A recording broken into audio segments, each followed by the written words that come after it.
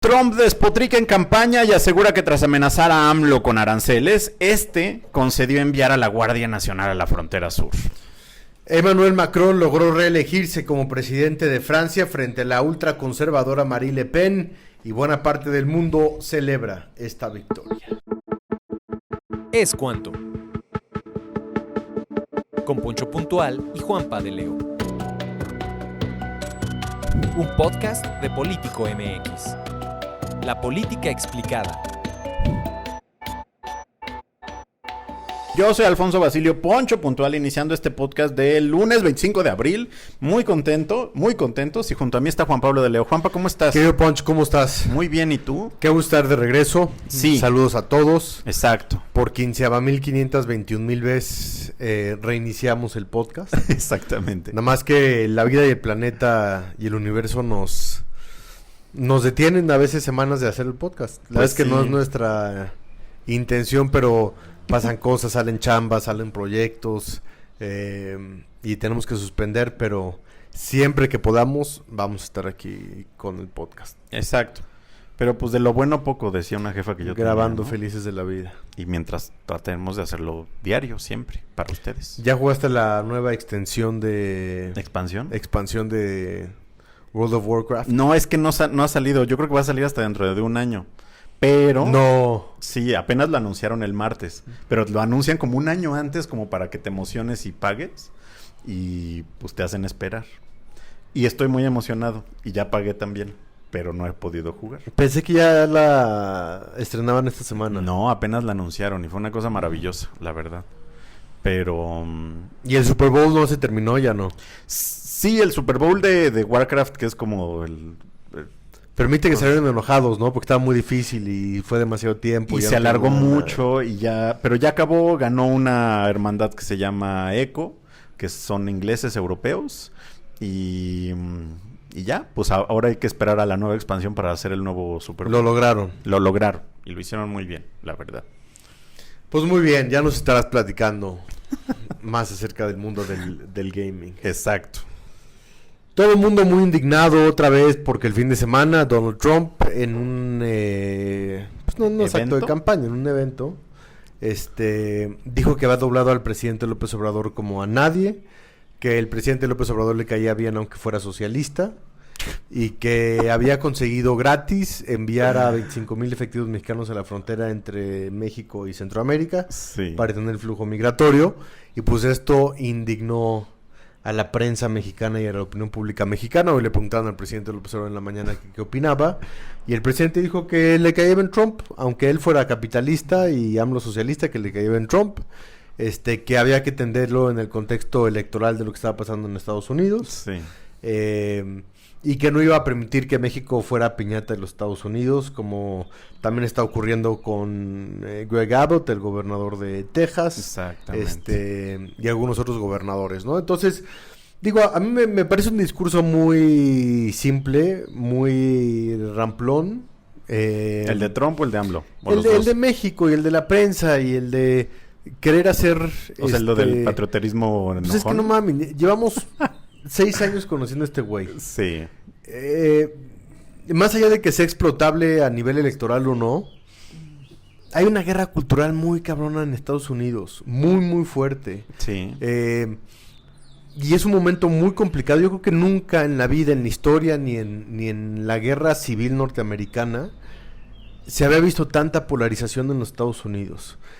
Pero todo viene a través y a partir de una guerra cultural, una guerra de culturas, completamente polarizada.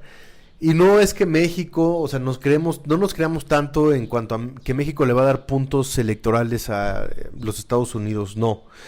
Es Trump siendo Trump, y Trump siempre va a ser así, aunque se relija, aunque no se relija, su discurso es así, su forma de hablar es así, sus maneras son así, y queremos nosotros insertarnos a fuerza en las discusiones mundiales.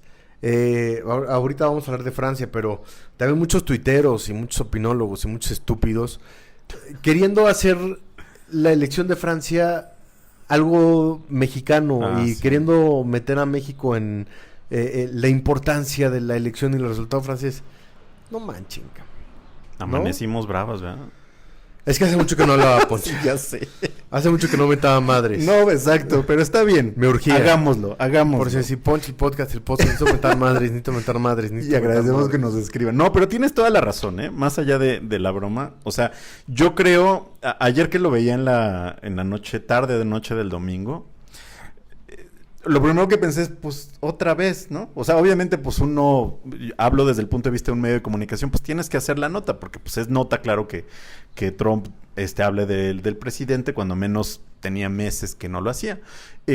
Pero sí, o sea, la postura de muchos de estos tuiteros en redes de, no, es que el presidente, ya ven cómo anda bien fiero, afuera, pero adentro no, o adentro, pero afuera no.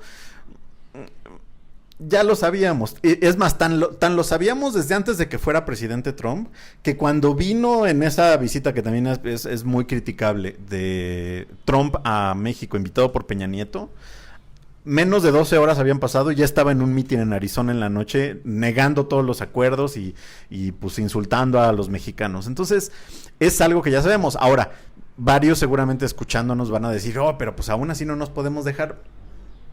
No es como que tengamos que creerle al 100%. O sea, ¿por qué le tendríamos que creer a Trump de que así tal cual lo está describiendo ocurrió? ¿Y dejarte de qué? ¿No? Ajá.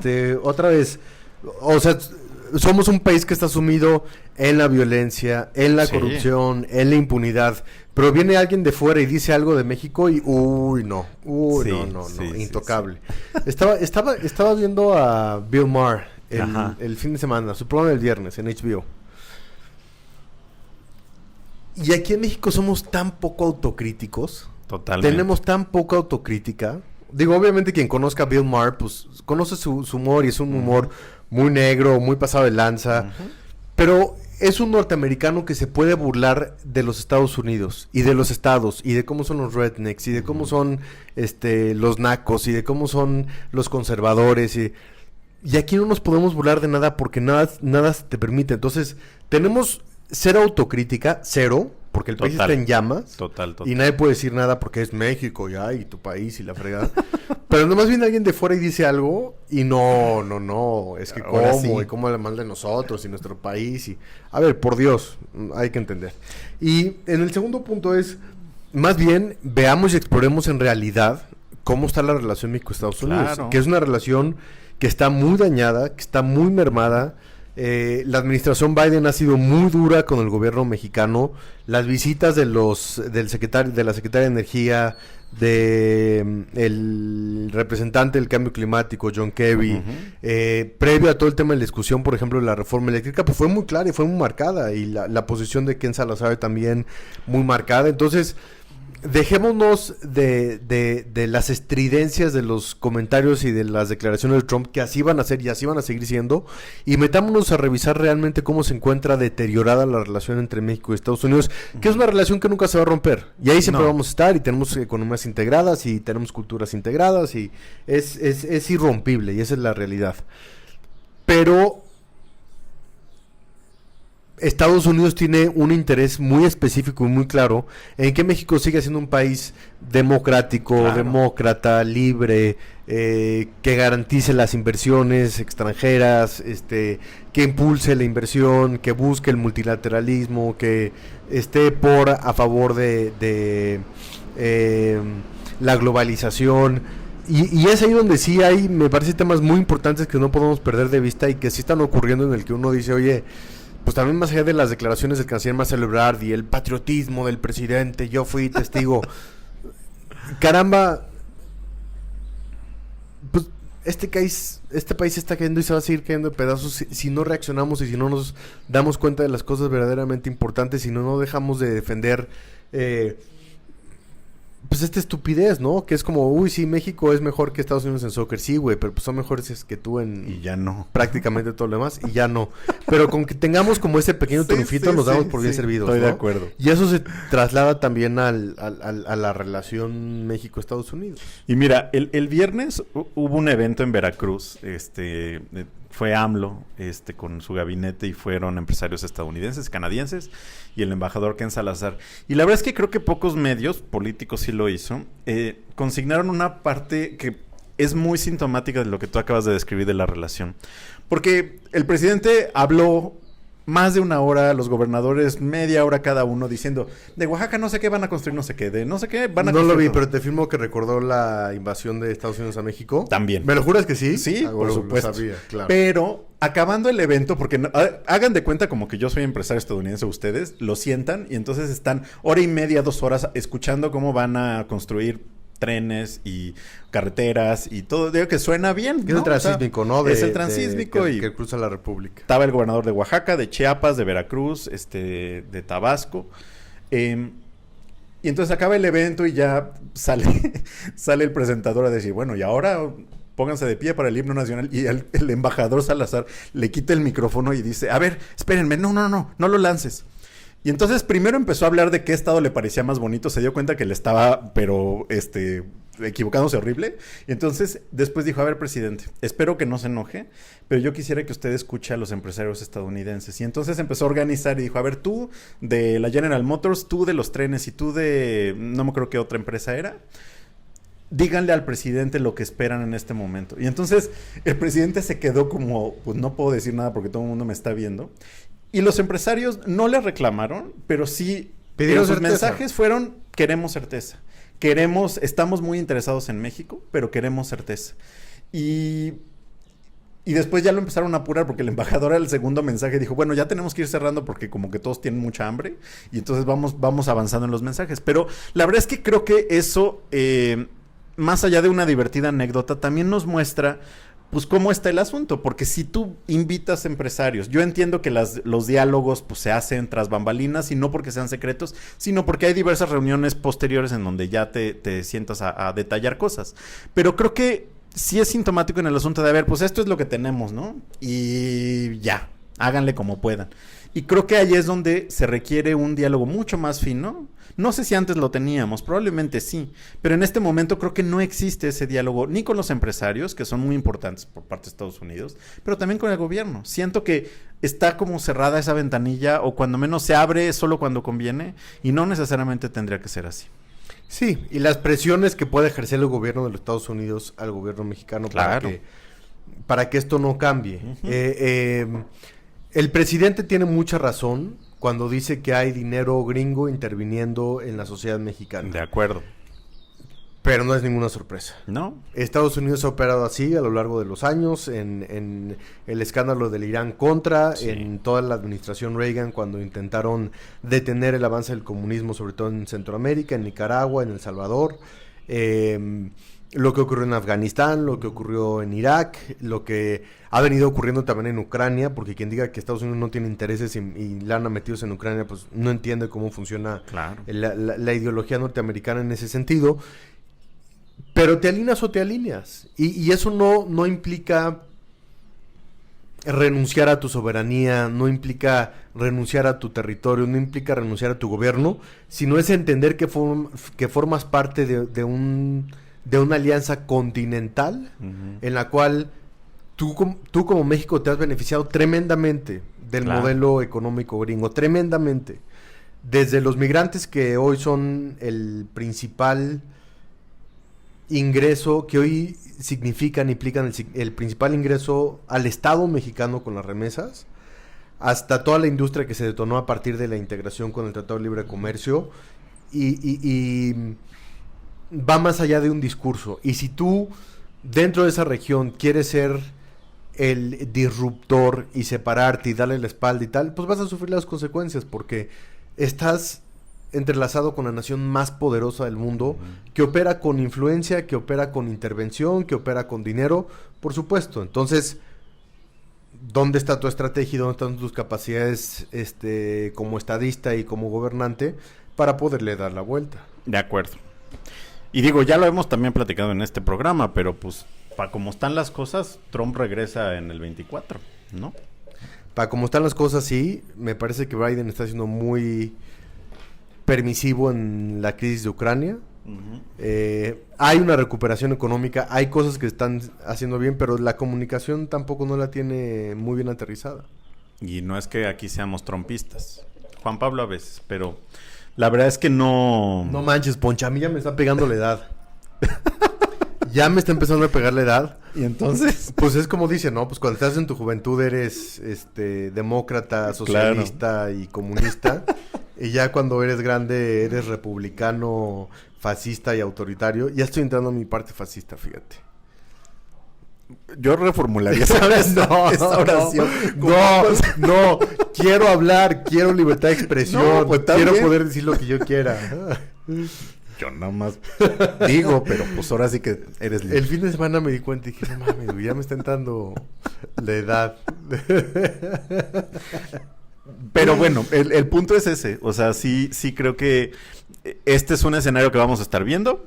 Por supuesto que se acercan las elecciones de Estados Unidos así como las de México y estemos listos porque... Sí, pero va más allá. Mira, y le podemos ir entrando a lo de Francia, pero va más allá de un tema electoral. Es una polarización que estamos viendo en todo el mundo. Por supuesto. Es un choque muy cañón y es una guerra cultural que no nos estamos dando cuenta de cómo la democracia lo debe de abordar, porque la democracia sí está en crisis. En eso estoy totalmente. Y en todo el mundo. Pero lo que creo, como decíamos al inicio, es...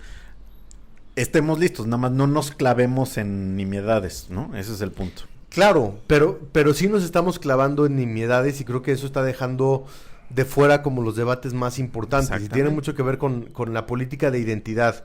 Una cuestión cultural, ¿no? Y en la que, por ejemplo, a ver,